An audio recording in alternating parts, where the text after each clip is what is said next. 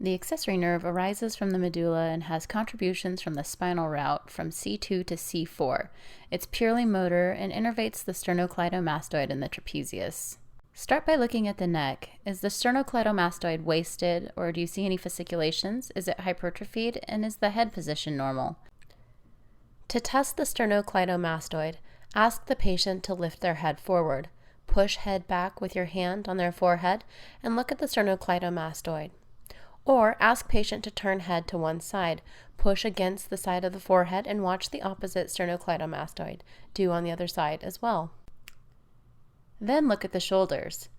Is there any wasting or fasciculations? Are they symmetric? To test the trapezius, ask the patient to shrug their shoulders, watch for symmetry, and push down on the shoulders bilaterally. For the purpose of the screening exam, you only need to test either the sternocleidomastoid or the trapezius. You do not need to test both.